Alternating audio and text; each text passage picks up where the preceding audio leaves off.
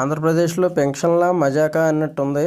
చూడండి, 28 వర్గాలకు ఇప్పటివరకు కూడా 28 వర్గాలను ఐడెంటిఫై చేసి 65,18,496 మందికి పెన్షన్లు పంపిణీ చేస్తున్నారండి.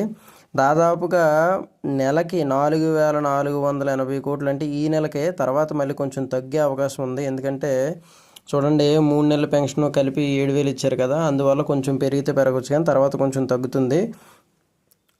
చూడండి, తరువాత మనకి ఇంకా వృద్ధులు, వితంతువులు, ఒంటరి మహిళలు, చేనేత కార్మికులు, కల్లుగీత కార్మికులు, మత్స్యకారులు, చర్మకారులు, డప్పు కళాకారులు, హిజ్రాలు, హెచ్ఐవి బాధితులు, కళాకారులకు 3,000 నుంచి 4,000 రూపాయల పెన్షన్. వీళ్ళందరికీ కూడా 4,000 రూపాయల పెన్షన్.